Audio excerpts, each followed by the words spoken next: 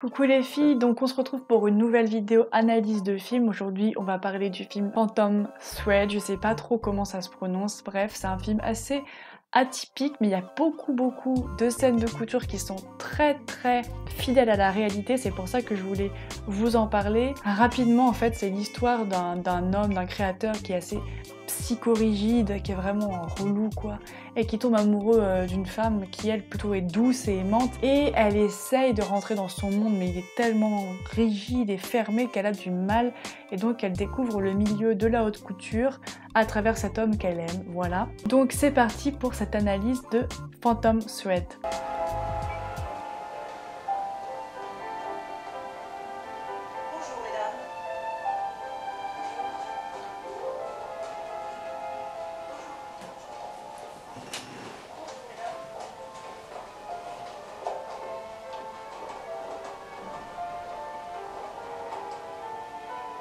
Ok, donc là on a une première scène vraiment très parlante dans la haute couture et dans les maisons de haute couture.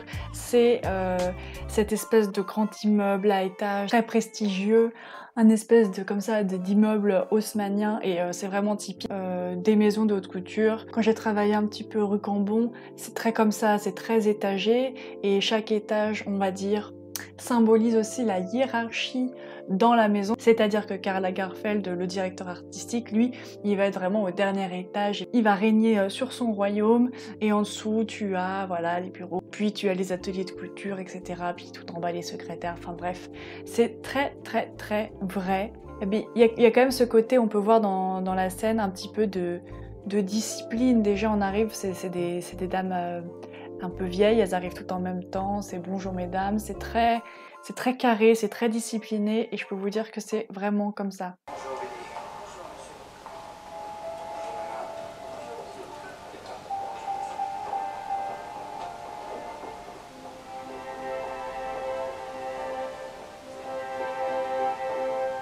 Cette première scène, il y a beaucoup d'informations, et c'est très parlant parce que je pense qu'ils ont dû visiter des ateliers pour faire le film, parce que clairement c'est très fidèle à la réalité, le côté voilà, bonjour mesdames, bonjour monsieur Woodcock, c'est vraiment c'est typique quoi, c'est toutes les couturières saluent, disent bonjour au directeur artistique quand elles le voient, mais vous allez dire c'est normal, c'est la politesse, mais d'une manière vraiment presque c'est le dieu quoi, c'est le pape quoi, je sais pas comment dire, mais il y a ce côté vraiment, elles sont en admiration devant le directeur artistique, et c'est vraiment des vieilles dames qui sont là depuis des années, et c'est leur passion, mais quelque part c'est plus qu'une passion à ce stade parce que c'est quand même difficile, c'est des dames qui vont rester très longtemps, très tard dans les ateliers, ça va te casser le dos, enfin, c'est un métier difficile quand même, et c'est plus presque une vocation qu'une passion. Et donc là on voit vraiment les étiquettes sur les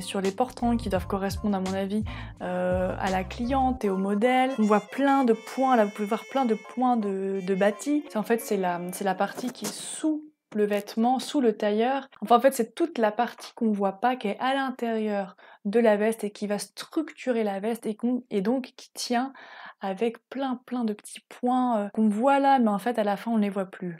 Et donc on peut voir qu'il y a plein de patronages suspendus, c'est exactement comme ça dans les ateliers, des grandes tablées blanches, c'est vraiment très fidèle à la réalité. Donc là elles mettent leur fameuse blouse blanche pour travailler. On peut voir que la table est impeccable, hein, je vous en parle souvent, une table propre pour travailler. Et donc voilà.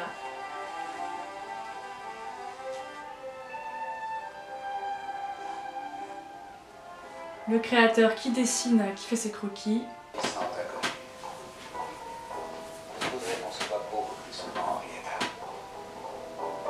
Je meurs d'impatience, j'ai tellement hâte. Moi aussi.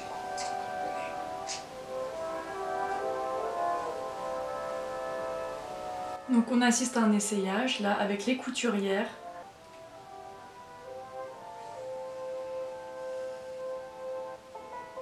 Bon, on dirait un petit peu Blanche-Neige hein, la robe quand même, hein, j'aime pas du tout, ça fait très Blanche-Neige et les sept nains. Mais c'est pas le débat. Hein. Avec les dames qui ajustent la robe sur la cliente directement. Elle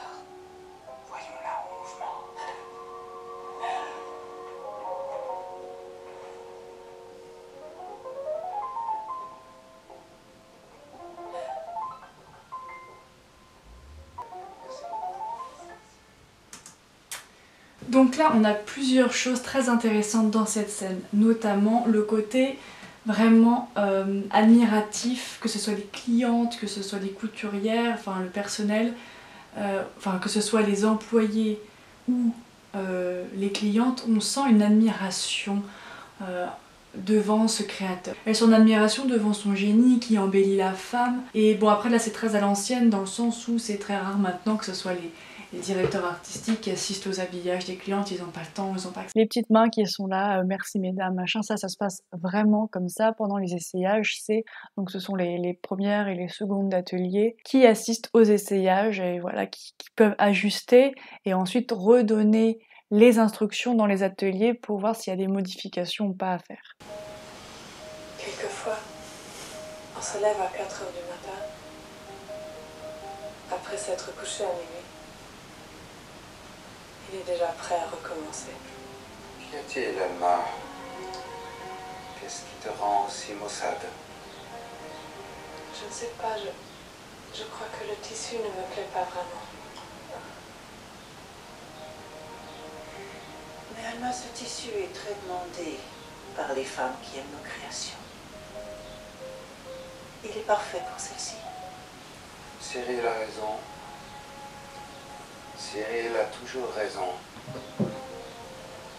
Et ce n'est pas parce que c'est le tissu préféré de nos clientes que Elle n'a pas l'air contente. C'est vrai parce que c'est vrai. Parce qu'il est magnifique. Mais peut-être qu'un jour ton goût changera, Alma. Peut-être pas. Tu n'as peut-être aucun goût. Peut-être que je préfère le mien. Oui, au risque d'avoir des problèmes. Peut-être que je cherche les problèmes. Arrête!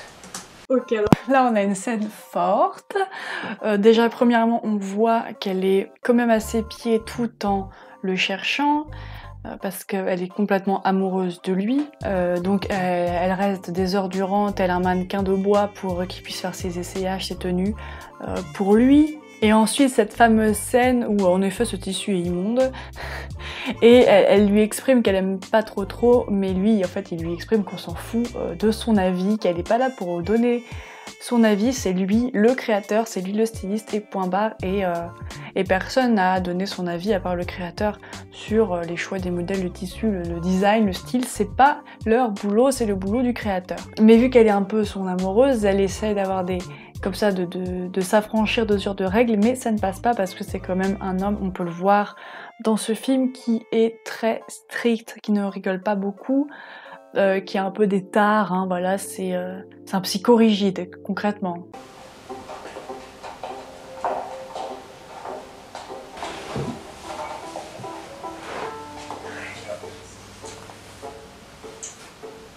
Mettons-nous au travail.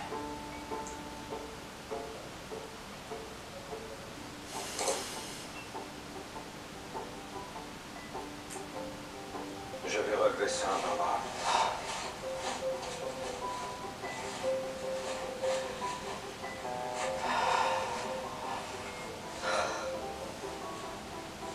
Vous faites de votre mieux, je le sais.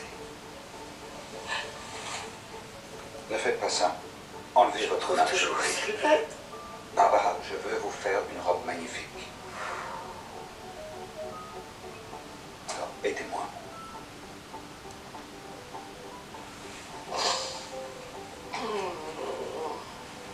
Elle ne le souviendrait, n'est-ce pas? Ne bougez surtout pas. Je n'y serai pas à ma place, Barbara. Je travaille dans la couture. Je ne suis à ma place qu'ici. J'ai bien peur de devoir insister. Vous devez venir.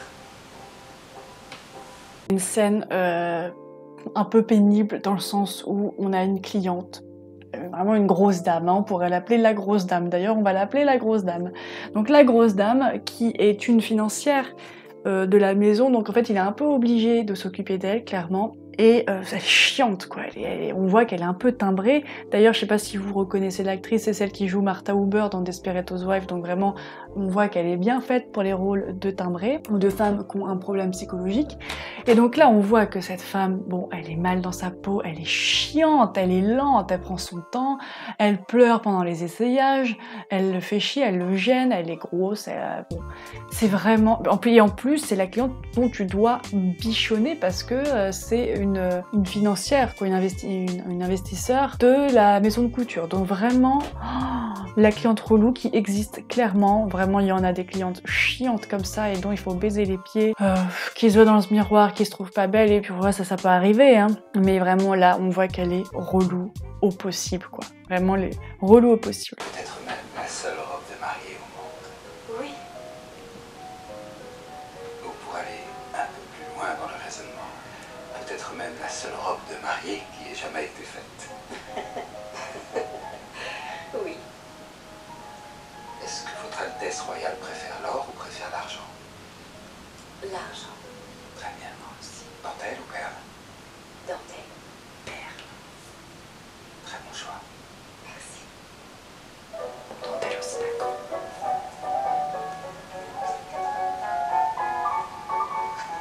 On peut voir la jalousie de Mademoiselle face à une princesse qui est magnifique, évidemment. Comment ne pas être jalouse? Elle est riche, elle est belle, elle est gracieuse. Donc elle va faire quelque chose qu'on ne doit jamais faire, c'est oublier à quelle place on est, s'oublier un petit peu. J'aimerais vous présenter mes meilleurs vœux pour votre mariage. Et aller lui parler. Je m'appelle Alma. Ravie de vous rencontrer, Alma. J'habite ici. Voilà, donc dans ce « j'habite ici », en gros, elle lui dit « je suis avec monsieur, quoi, je suis la femme, la petite amie du créateur, donc pas les pattes ». Et donc ça, c'est quand même une grave erreur, hein, quand on travaille. On doit mettre de côté sa vie personnelle, on doit rentrer dans un personnage et ce personnage doit rester poli face à la cliente, respectueuse et ne pas surtout entraver un moment intime. Là, elle est en plein essayage, elle la connaît pas, je sais pas, vient pas interrompre son Altesse pendant son essayage de sa robe de mariée, tout ça pour faire ta crise de jalousie. C'est subtil, hein, mais il en faut pas plus pour se faire renvoyer d'une maison de couture, moi je vous le dis. Donc il assiste Excellent travail. à la visualisation de la robe finale, mais il ne se sent pas très bien comme vous pouvez voir. Il ne vaut pas grand-chose. Une horreur.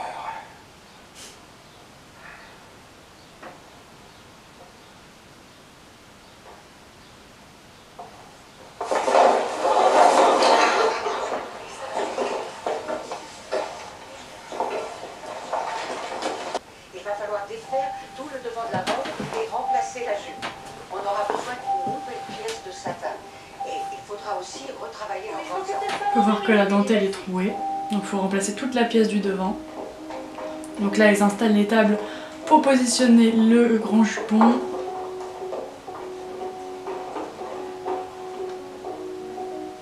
Et tout refaire et tout couper sur des grandes tables.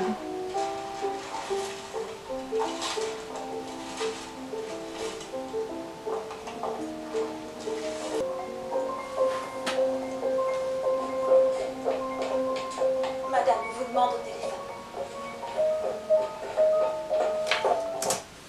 Il se sentait mal, il est tombé sur la robe, il a abîmé la robe de mariée, quoi, qui était prête pour la veille pour le lendemain. Donc là, elles doivent toutes rester pour refaire la robe, et donc là, on peut voir qu'elles refont la pièce aussi de dentelle qui était trouée, et moi, si j'étais elle, qu'est-ce que je ferais? Eh bien, je ferais une incrustation de dentelle, hein, clairement, et je pense que, d'après ce que j'ai compris, c'est ce qu'elles vont faire, en insérant le motif de la dentelle là où c'est troué, et bon, vous pouvez voir comment faire une incrustation de dentelle sur mon site, mais c'est ce que je ferais.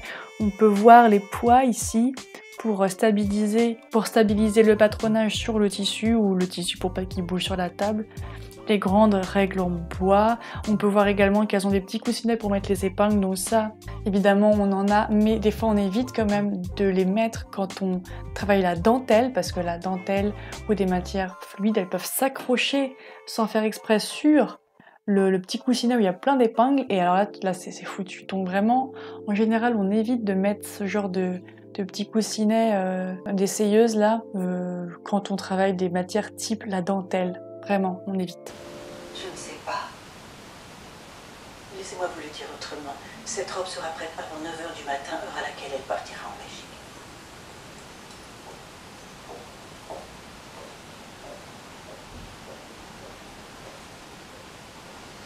Je suis navrée, mesdames, mais je crains que vous travailliez toute la soirée.